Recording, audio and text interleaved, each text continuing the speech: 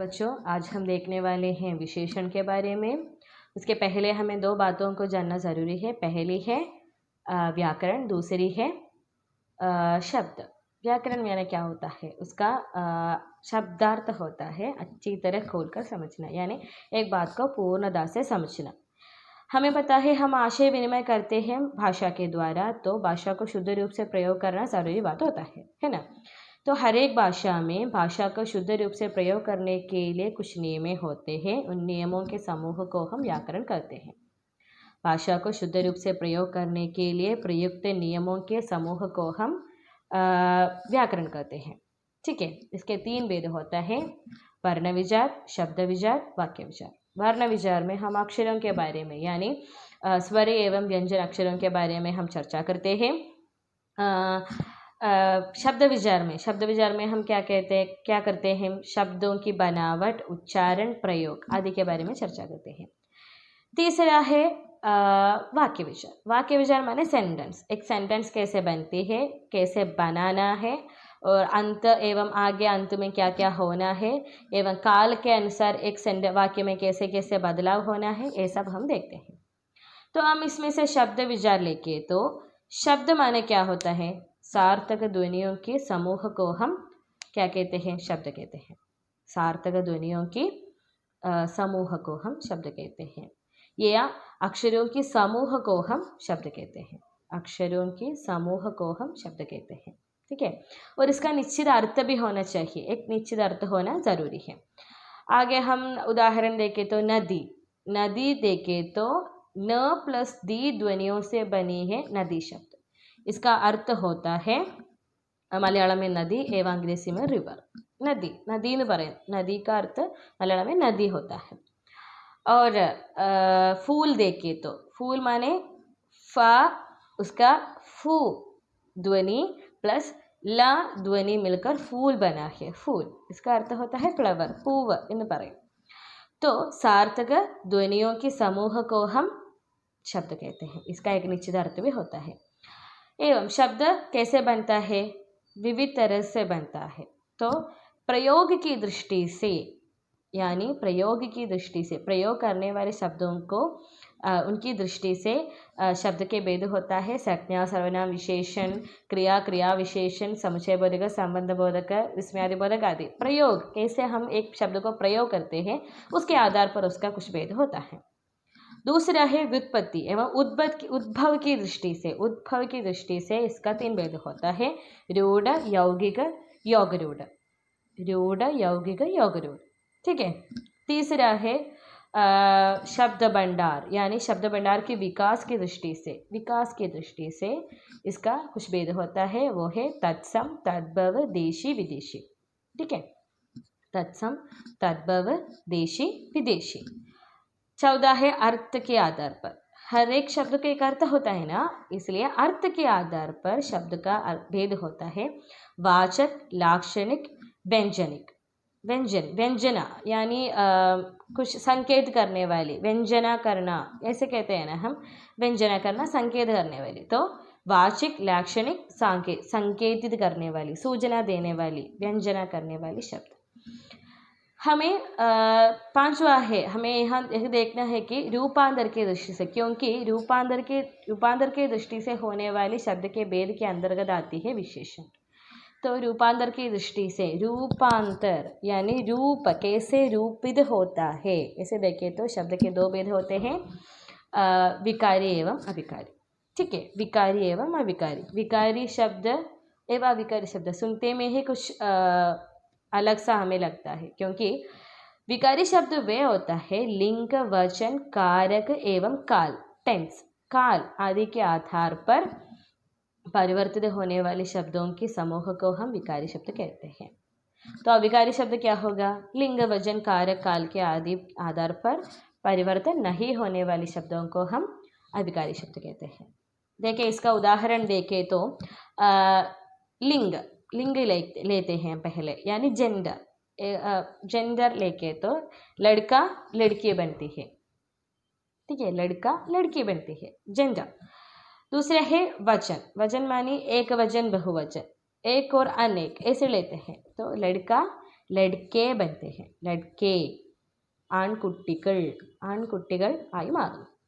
तो कारक, कारक क्या होता है? कारक हमें पता है, नेको से काके की मेम पर ऐसे कारक होते हैं। तो व प्लस के होते हैं ऐसे बनते होने वाले, या मानी वह प्लस ने उसने, वह प्लस का उसका, ऐसा परिवर्तित होता है। वह प्लस ने उसने, वह प्लस ने उसने, वह प्लस का उसका, वह प्लस के उसके, ऐसे कार्य के आधार पर उसका परिवर्तन होता है। एवं समय के यानी काल के आधार पर, काल tense, past tense, future tense, present tense आदि के आधार पर होते हैं। तो आता है परिवर्तित होकर आया था, आया थे, आए थे, आई थी आदि क्या आदि में परिवर्तित होता है। आया है परिवर्तित होकर आया था होता है, आई थी होती है लड़की हो तो, एक स्त्रीलिंग हो तो आई थी, पुल्लिंग हो तो आया था, आए थे, वे एक अनेक हो तो आए थे, ऐसे बन जाता है। तो विकारी शब्द के अंतर्गत आने वाले भेद होते हैं संज्ञा, सर्वनाम, विशेषण, क्रिया। और अविकारी शब्द में आते हैं संबंध बोधक, समुच्चय बोधक, विस्मयादि बोधक एवं क्या होता है क्रिया विशेषण। क्रिया विशेषण भी इसके अंतर्गत आते हैं। तो हम देखते हैं विशेषण, यह हमारी विषय है विशेषण। विशेषण क्या होता है? संज्ञा या सर्वनाम के विशेषण को बताने वाली वह विकारी शब्द को हम विशेषण कहते हैं। जैसे सुंदर बालक, काली गाय, हरी साड़ी, दो छात्र, ऐसे। ठीक है। तो विशेषण संज्ञा या सर्वनाम की विशेषित शब्दों को या विशेषण को सूचित करने वाले विकारी शब्द है। यहाँ विशेष क्या है? विशेषण में आने वाली एक बात है, जिन शब्दों की विशेषता बनाई जाती है उसे विशेष कहते हैं। यानी എന്തിനെയാണോ നമ്മൾ വിശേഷിപ്പിക്കുന്നത് അതാണ് വിശേഷം। जो बात को हम विशेष करते, जो बात को हम विशेषित करके बताते हैं उसे विशेष कहते हैं। ऐसे मीठे चावल, मीठा आम, सुंदर लड़की। यहाँ चावल, आम एवं लड़की विशेष है, विशेषण है सुंदर, मीठा एवं क्या है सुंदर लड़की, मीठा आम, मीठे चावल। यह मीठे, मीठा, सुंदर विशेषण है, चावल, आम, लड़की विशेष बात है। ठीक है। तो विशेषण के कितने भेद होते हैं? किसी को पता है विशेषण के कितने भेद होते हैं? विशेषण के 4 भेद होते हैं। यानी गुणवाचक विशेषण, संख्यावाचक विशेषण, परिमाणवाचक विशेषण एवं सार्वनामिक विशेषण। ठीक है। 4 भेद: गुणवाचक विशेषण, संख्यावाचक विशेषण, परिमाणवाचक विशेषण, सार्वनामिक विशेषण। गुणवाचक विशेषण क्या होता है? किसी संज्ञा या किसी संज्ञा कहते हैं किसी वस्तु, व्यक्ति, स्थान आदि किसी की गुण के बारे में कहते हैं। यानी गुण, दशा, दोष, रंग आदि के स्थिति आदि के बारे में विशेषित करने वाले बातों को गुणवाचक विशेषण कहते हैं। तो अच्छा, बुरा, लंबा, चौड़ा, मधुर, कड़वा आदि सब इसमें अंतर्गत आते हैं। काला, बुरा, ये सब। तो उसका उदाहरण देखें तो अच्छी लड़की, काला बाल, काले रंग के बाल, काले बादल, ये सब आते हैं। गुणवाचक, गुण कहते हैं अच्छा आम, अच्छा चावल, ये सब। संज्ञावाचक विशेषण दूसरा है संख्यावाचक विशेषण। यहाँ जो शब्द संज्ञा या सर्वनाम की संख्या संबंधी विशेषण को बोध करते हैं उन्हें संख्यावाचक विशेषण कहते हैं।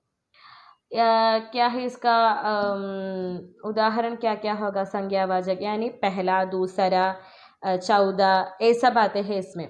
पहली स्थान प्राप्त हुई लड़की, ऐसे कहते हैं ना, पहली लड़की पंचपुत्र समान को होती है। यानी प्रथम पुत्री, प्रथम स्थान, प्रथम सी आई लड़की पंचपुत्र समान होती है, ऐसे सब कहते हैं ना। इसे प्रथम, दूसरा, तृतीय में तृतीय स्थान पर पास हुई या में तृतीय स्थान प्राप्त किया, खेल कूद में तृतीय स्थान प्राप्त किया। तो इसे स्थान एवं संज्ञा के बारे में विशेषित करते हैं।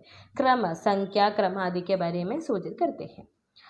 तो तीसरा है परिमाणवाचक विशेषण। परिमाण माने क्या होते हैं? माप तोल, कितना है उतना है ऐसे कहते हैं। एक मीटर किलोग्राम ऐसे कहते हैं ना, 1 किलो चावल, सवा सेर गेहूं ऐसे, यानी किसी संज्ञा सर्वनाम की माप तोल के बारे में कहने वाले विशेषण के शब्दों को हम परिमाणवाचक विशेषण कहते हैं। यानी 1 मीटर रस्सी, सवा सेर गेहूं, 2 किलो आटा आदि सब कुछ। और 14 है, क्या है 14 होगा? 14 है सार्वनामिक विशेषण, यानी विशेषण के रूप से सर्वनाम को प्रयोग करते तो वह सार्वनामिक विशेषण होगा। ठीक है, क्योंकि विशेषण के रूप में प्रयुक्त होने वाले विशेषण सार्वनामिक विशेषण कहलाते हैं। किसी को पुकारने के लिए सब हम सार्वनाम प्रयोग करें तो अरे लड़का आओ, लड़का एक संज्ञा है, अरे लड़का वह लड़का मेरा पुत्र है ऐसे बताते हैं ना। यानी उसका उदाहरण होता है वह घर मेरा है, कोई लड़की आई थी, किस छात्र ने शिकायत कर दी। छात्र ने शिकायत कर दी, छात्र संज्ञा को विशेषित करने वाले सर्वनाम विशेषण सर्वनाम है किस छात्र ने शिकायत कर दी आदि सब कुछ। तो विशेषण संज्ञा या सर्वनाम को विशेषित करने वाले शब्दों को हम विगारी शब्द को हम विशेषण कहते हैं। एवं इसका 4 भेद होता है। क्या है? गुणवाचक विशेषण संज्ञा सर्वनाम के गुणों के बारे में विशेषित करता है। एवं दूसरा है क्या? संज्ञावाचक स्थान, यानी क्रम को, संख्या की क्रम को, यानी संज्ञा सर्वनाम की क्रम को बताते हैं। यानी पहली लड़की दूसरा लड़का ऐसा बताते हैं, वह संख्यावाचक विशेषण है। परिमाणवाचक विशेषण क्या होता है? मापतोल, संज्ञा सर्वनाम के मापतोल के बारे में 1 किलो आटा, सवा सेर गेहूं आदि के बारे में कहते हैं, यानी मापतोल के बारे में प्रयुक्त करते हैं। और अंत का है सार्वनामिक विशेषण। सार्वनामिक विशेषण माने संज्ञा सर्वनाम को विशेषित करने के लिए सर्वनाम के शब्दों को प्रयोग किए तो वह सार्वनामिक विशेषण को होगा। वह बेटा मेरा, वह लड़का मेरा पुत्र होता है, वह लड़की मेरी पुत्री है, किस छात्र ने शिकायत कर दी ऐसा। ठीक है, तो मुझे लगता है आपको विशेषण, व्याकरण एवं शब्द आदि के बारे में ठीक से पता हुआ है। तो धन्यवाद।